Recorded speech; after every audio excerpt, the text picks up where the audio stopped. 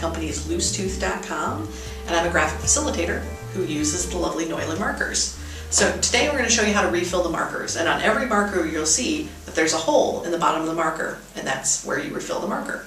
So today we've got something very exciting, which are transparent markers. So you can see exactly what's going to happen inside the marker when you refill them. So all you need are your markers and a bottle of ink. And I'm going to choose green, my favorite color. And what you need is 2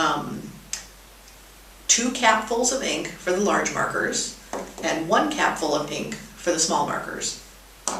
So what you do is, first things first, very important, you take the cap off the marker, set it aside, and now you take your bottle of ink, make sure it's tightly closed, flip it over, and you squeeze the bulb on the bottle and it'll fill with ink.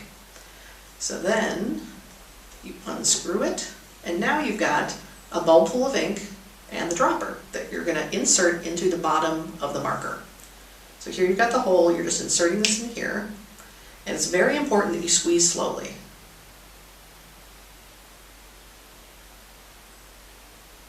So there we go, squeeze slowly, squeeze all the ink out of the bulb and into the marker. And here you can see it's hit the cotton inside the marker and is slowly spreading.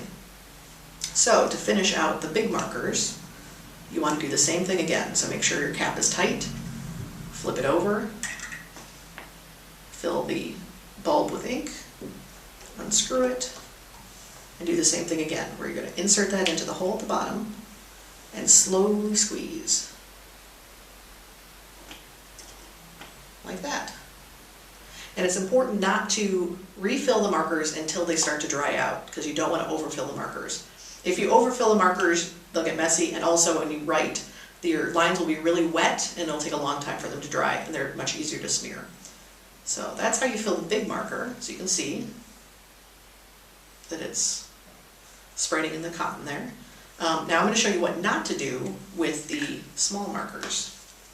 So let's do what not to do, which is we're going to leave the cap on, and we're going to fill the ink here. Take it off. And now we're going to push this into the bottom, and we're going to squeeze it too tightly.